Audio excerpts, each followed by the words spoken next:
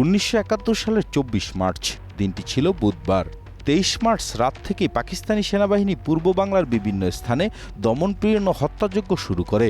সৈয়দপুর সেনানিবাস সংলগ্ন বোলতলা গাড়ি, গোলাহাট ও কুন্দুল গ্রামে অবাঙ্গালী বিহারীদের সহযোগিতায় পাকিস্তানি সেনারা নিরীহ বাঙালিদের উপর হামলা চালায়। এই হত্যাকাণ্ডে 100 জনের বেশি মানুষ নিহত হন এবং প্রায় 1000-এর মানুষ আহত হন।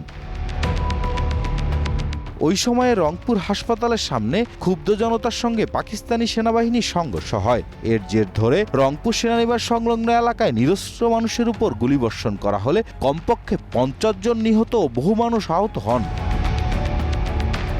পরে রংপুর ও সৈয়দপুর শহরে কারফিউ ও সান্ধ্য আইন জারি করা হয়। পাকিস্তানি সেনাবাহিনী ও অবাঙ্গালী বিহারীরা একযোগে বাঙালি বাড়িঘরে অগ্নিসংযোগ ও হত্যাকাণ্ড চালাতে থাকে। 24 মার্চ চট্টগ্রাম বন্দরে এমভি সোয়াত জাহাজ থেকে অস্ত্র খালাসে বাধা দেন হাজারো শ্রমিক জনতা।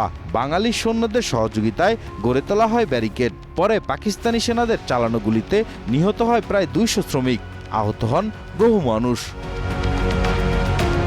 ওই দিন ঢাকার মিরপুরে বিহারি ও পাকিস্তানি সেনারা বাংলাদেশের পতাকা নামিয়ে পাকিস্তানের পতাকা উত্তোলন করে এবং বোমাবাজি করে আতঙ্ক সৃষ্টি করে। শেরপুরের বাগড়া কলোনিতে হামলা চালিয়ে মিছিলকারীদের সারিবদ্ধভাবে গুলি করে অন্তত 26 জনকে হত্যা করে। এদিন জুলফিকার আলী ভুট্টো ইয়াহিয়া খানের সঙ্গে বৈঠক শেষে পাকিস্তানের অখণ্ডতা রক্ষার কথা বলেন। অন্যদিকে পূর্ব পাকিস্তানের সংখ্যাগরিষ্ঠ দলের নেতা শেখ মুজিবুর রহমান জনতার উদ্দেশ্যে ঘোষণা দেন, আর আলোচনা নয়, এবার ঘোষণা চাই। সমাধান না হলে বাঙালি নিজের পথ নিজেই বেছে নেবে। ঢাকায় ছাত্র জনতার বিক্ষোভ আরও তীব্র হয়ে ওঠে।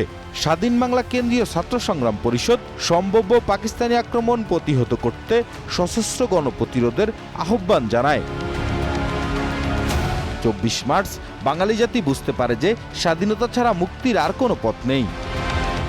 Green news desk.